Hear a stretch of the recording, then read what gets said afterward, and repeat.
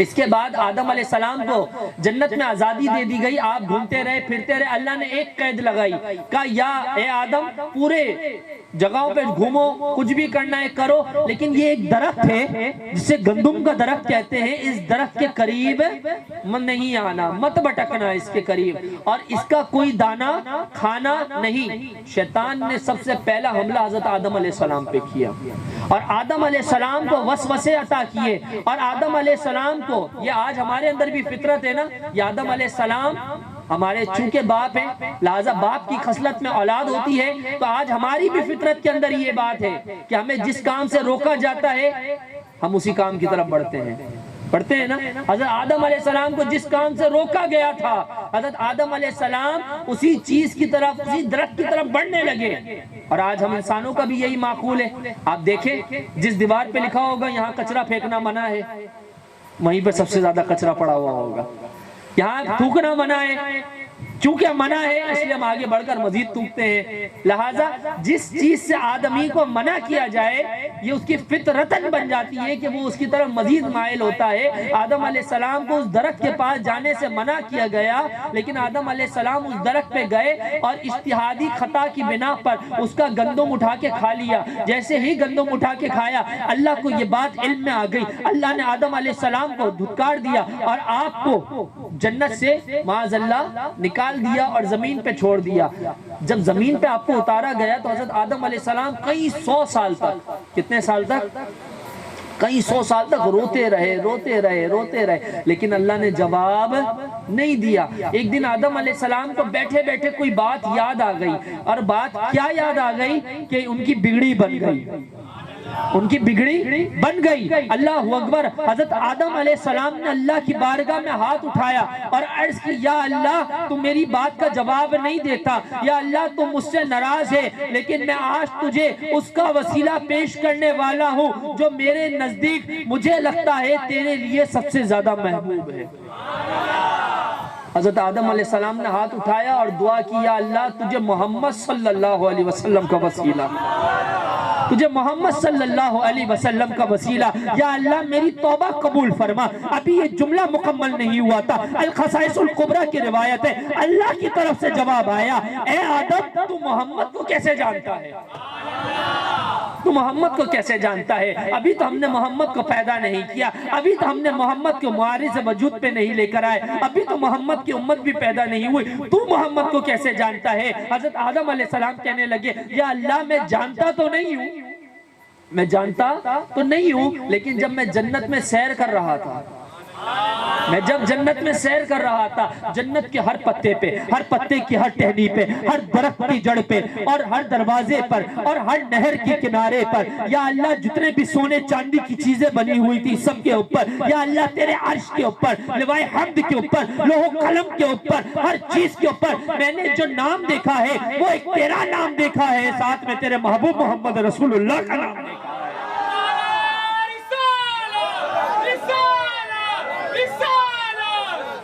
یا اللہ میں جب بھی وہ نام دیکھتا تھا میں سوچتا تھا یہ کوئی نہ کوئی اللہ کا بڑا محبوب ہے کہ اللہ نے مجھے پیدا کرنے کے بعد بھی اس کا نام سر فہرست رکھا ہوا ہے، ہر جگہ پہ اسی کے چرچے ہیں، ہر جگہ پہ اسی کے چرچے۔ یا اللہ تجھے محمد کا واسطہ تو میری خطا کو بخش دے۔ جب یہ دعا کی تو حضرت آدم علیہ السلام فرماتے ہیں میری توبہ فوراً قبول ہو گئی، اللہ نے مجھے دوبارہ جنت میں بلا لیا، پھر مجھے دوبارہ زمین پہ بھیجا گیا، پھر اماں حوا کو پیدا کیا گیا اور نسل انسانی چلنے لگی، نسل انسانی بڑھنے لگی۔ اللہ اکبر، اللہ اکبر۔ میں کہتا ہوں جب آدم علیہ السلام نبی ہو کر محمد کریم کا وسیلہ دیں تو ان کی بگڑی بن جائے، تو سوچو امت محمدیہ جب نبی کا وسیلہ پیش کرتی ہوگی۔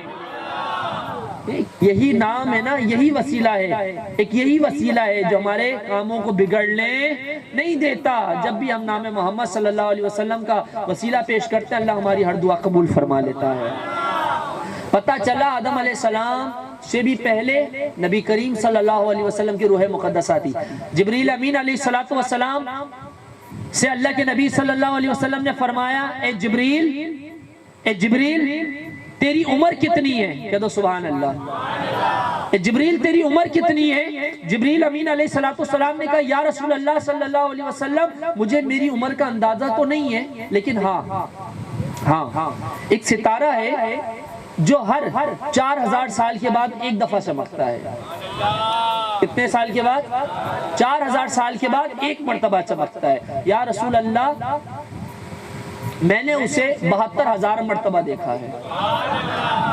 بعض روایتوں میں 40,000 سال آیا، بعض روایتوں میں 72,000 سال مرتبہ آیا کہ 72,000 سال مرتبہ 72 سال کے بعد وہ تارہ ایک مرتبہ چمکتا ہے۔ اور جبریل کہتے ہیں میں نے اسے 72,000 مرتبہ دیکھا ہے۔ یا رسول اللہ میری عمر اتنی ہے، میری عمر اتنی ہے۔ اللہ کے محبوب صلی اللہ علیہ وسلم نے فرمایا اے جبریل تو جس ستارے کو 72,000 سال میں ایک مرتبہ دیکھتا تھا اور جسے تو نے 72,000 مرتبہ دیکھا ہے، اے جبریل وہ تارہ میں ہی محمد مصطفیٰ تو ہوں۔ یعنی کہ پتہ چلا جبریل سے بھی پہلے، میکائیل سے بھی پہلے، اسرافیل سے بھی پہلے، اسرائیل سے بھی پہلے، آدم سے بھی پہلے، عرش اولا سے بھی پہلے، ہر چیز سے پہلے اگر پیدا کیے گئے تو میرے محمد نبی کریم صلی اللہ علیہ وسلم پیدا کیے گئے۔ اللہ کے محبوب صلی اللہ علیہ وسلم ارشاد فرماتے ہیں، اللہ ارشاد فرماتے ہیں لولا کما خلقت الجن والانس، اے بنی آدم سنو، اگر میرے ارادے میں محمد کریم کو پیدا کرنا نہ ہوتا تو میں نہ عرش کو پیدا کرتا، نہ فرش کو پیدا کرتا، نہ چاند کو پیدا کرتا، نہ سورج کو پیدا کرتا، بلکہ اے لوگوں سن لو کہ اگر میں محمد کریم کو پیدا نہ کرتا تو قسم مجھے میری ربوبیت کی کہ میں اپنے رب ہونے کا بھی اظہار نہیں کرتا۔ اسی لیے فرمایا کہ دنیا اور جہان بنایا تو رسول اللہ صلی اللہ علیہ وسلم کے لیے بنایا۔ کہہ دو سبحان اللہ۔ حضرت بی بی آمنہ رضی اللہ تعالیٰ عنہ حضور نبی کریم صلی اللہ علیہ وسلم کی والدہ ماجدہ ہو، آپ نبی کریم صلی اللہ علیہ وسلم کے والد ہیں۔ کہہ دو سبحان اللہ۔ نبی پاک صلی اللہ علیہ وسلم کی پیدائش سے قبل ہی حضرت عبداللہ رضی اللہ تعالیٰ عنہ کا رضائے الہی سے انتقال ہو گیا تھا اور میرے نبی پاک صلی اللہ علیہ وسلم در یتیم پیدا ہوئے ہیں، یعنی کہ باپ کا سایہ پہلے ہی اٹھ چکا تھا۔ اور بی بی آمنہ رضی اللہ تعالیٰ عنہ کی آپ جب بطن مبارک میں تھے، جب پیٹ مبارک میں تھے تو بی بی آمنہ رضی اللہ تعالیٰ عنہ کہتی ہیں کہ میں جب بھی کسی ایسی جگہ سے گزرتی جو سوکھی جھاڑیاں ہوتی تو میرے قدم رکھنے کی برکت سے وہ سوکھی جھاڑیاں ہرے بھرے گھاس میں تبدیل ہو جایا۔ آنگن کے اتنے قریب آ گئے تھے کہ مجھے ایسا محسوس ہو رہا تھا کہ گویا اب تارے گریں گے اور میری زمین پر آ جائیں گے جب نبی کریم صلی اللہ علیہ وسلم کی پیدائش ہونے والی تھی۔ کہہ دو سبحان اللہ۔ اسی طریقے سے نبی کریم صلی اللہ علیہ وسلم کی پیدائش کے وقت میں بی بی آمنہ رضی اللہ تعالیٰ عنہ فرماتی ہیں کہ جب نبی کریم صلی اللہ علیہ وسلم کی پیدائش ہو رہی تھی تو نبی کریم صلی اللہ علیہ وسلم کی پیدائش ہونے سے پہلے میرے پیٹ میں سے ایک ایسا نور نکلا کہ میں لیٹی ہوئی مکہ المکرمہ میں تھی، لیکن میں نے مکے سے شام کے محلات کو روشن ہوتے ہوئے دیکھا، اتنا نور نکلا۔ تو آج جو ہماری یہاں لائٹیں جگمگاتے ہیں یہ اسی نور کا تو صدقہ ہے۔ درود شریف پڑھیں اللہم صلی اللہ علیہ وسلم و مولانا محمد و علی آل محمد وسلم۔ تو آج جو ہم گھروں کو سجاتے ہیں اور اس کو ایکو کرتے ہیں، درود شریف پڑھیے اللہم صلی علی سیدنا مولانا محمد وعلی آل محمد وبارک وسلم۔ تو آج جو ہم اپنے گھروں کو سجاتے ہیں اور اپنے گھروں کے باہر لائٹیں لگاتے ہیں اور دیگر چیزیں کرتے ہیں، یہ اسی نور سے تبصرات ہم کرتے ہیں جو نور اللہ پاک نے اپنے نبی کے پیدا ہونے کی خوشی میں عطا فرمایا تھا۔ نور کہتے ہیں روشنی کو، اور روشنی جس بھی طریقے سے کی جائے اس پہ ثواب ملتا ہے اگر ہم نبی کے جشن کی تیاری میں کرتے ہیں۔ کہہ دو سبحان اللہ۔ تو جو بھی حضرات جو اپنے گھروں میں چراغاں کرتے ہیں، جو کہیں پر بھی چراغاں کرتے ہیں، اللہ پاک انہیں اپنے نبی کے جشن منانے کے صدقے میں ثواب عطا فرماتا ہے۔ تو آج الحمدللہ ادارہ محبان اولیاء کے زیر تمام 9 روزہ محفل درود و سلام کی پہلی محفل تھی۔ آج ہم بیان کو مختصر انداز میں یہیں پر سمیٹتے ہیں اور کل انشاءاللہ تعالی نبی کی ولادت سے لے کے چلیں گے اور نبی کی جوانی سنیں گے انشاءاللہ۔ کہہ دو سبحان اللہ۔ کہ نبی پاک کا بچپن کیسے گزرا اور نبی پاک کی جوانی کیسے گزری۔ آج ہم میں سے بہت سارے نیو جنریشن کے لوگ ہیں جنہیں ضرورت ہے سیرت نبی صلی اللہ علیہ وسلم کو سمجھنے کی، تو کل انشاءاللہ تعالی نبی کریم صلی اللہ علیہ وسلم کی سیرت کی جوانی کے پہلو انشاءاللہ سننے کی کوشش کریں گے۔ آج بہت سارے لوگوں کے اندر ایک مسگیرٹ ہو گئی کہ چاند نظر آئے گا یا نہیں آئے گا، اس کی وجہ سے لوگوں میں کچھ پریشانی کا سامنا ہوا، لوگوں کی تیاریاں نہیں تھی، جس کی وجہ سے لوگ مکمل طور پہ نہیں پہنچ سکے۔ کل انشاءاللہ تعالی نیت کر لیں کہ ہم اس محفل درود و سلام کو کم نہیں ہونے دیں گے، انشاءاللہ ہم اس محفل درود و سلام کو بڑھانے کی کوشش کریں گے انشاءاللہ۔ تو آج ہم آ گئے، جن کو بلایا سرکار نے، آج وہ پہلی محفل میں آ گئے۔ پہلی محفل میں جو آ گئے وہ بڑے خوش نصیب ہیں، کہہ دو سبحان اللہ۔ کل انشاءاللہ تعالی عظیم الشان طریقے سے کل سے انشاءاللہ 9 دن تک کے انشاءاللہ نبی کریم صلی اللہ علیہ وسلم کی ذات بابرکت پہ درود شریف پڑھنے کے لیے انشاءاللہ ہم خود بھی آئیں گے اور دوسرے بھائیوں کو بھی لے کر آئیں گے، کل لے کر آئیں گے انشاءاللہ۔ کل میں امید کرتا ہوں کہ انشاءاللہ یہ چھت مکمل بڑھ جائے گی انشاءاللہ۔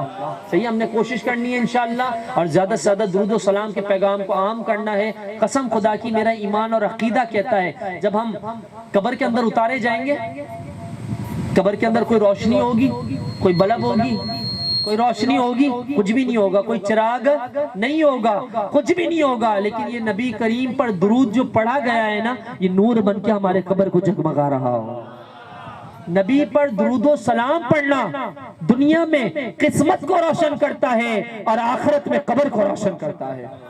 تو انشاءاللہ ہم نے خوب دروود و سلام پڑھنا ہے انشاءاللہ، اور انشاءاللہ کل سے فکس 9:30 بجے سے لے کر 10 بجے تک انشاءاللہ درود و سلام پڑھا جائے گا، اور 10 بجے انشاءاللہ نعت خوانی شروع ہو جائے گی، 10:30 بجے انشاءاللہ تعالی بیان شروع ہوگا، جس کا اختتام 11 بجے انشاءاللہ تعالی کر دیا جائے گا۔ روزانہ محفل میں انشاءاللہ اختتام پہ لنگر طعام کا بھی انتظام کیا جائے گا، اور انشاءاللہ اسی طرح ہم روزانہ یہ محفل کرتے کرتے نوی محفل پہ آئیں گے جو ہماری مرکزی محفل ہوگی، اور نوی محفل کے بعد انشاءاللہ جو ہماری 10ویں محفل ہوگی وہ انشاءاللہ محفل نہیں بلکہ جلوس ہوگا، جو کہ انشاءاللہ بہت عظیم الشان ہوگا انشاءاللہ عز و جل۔ اور کل انشاءاللہ تعالی آج بھی آپ لوگوں کے لیے ایک تحفہ ہے اور کل بھی ایک تحفہ ہے انشاءاللہ تعالی۔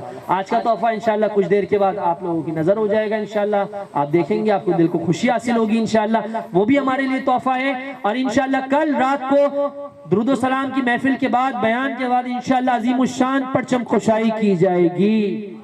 صحیح ہے، پرچم کشائی کل ہوگی انشاءاللہ۔ تمام احباب پرچم کشائی میں ضرور شرکت کریں گے انشاءاللہ، اور اپنے ساتھ اپنے دوست احباب کو، آس پڑوس کے لوگ کو بھی لے کر آنے کی کوشش کریں، تاکہ یہ ہماری محفل وساطت کے اوپر جائے، اور انشاءاللہ تعالی دونوں جہان میں اس کی رحمتیں اور برکتیں ہم سب کو نظر آنا شروع ہو جائے انشاءاللہ تعالی۔ کل فکس 9:30 بجے ہم سب نے ادھر پہنچ جانا ہے انشاءاللہ۔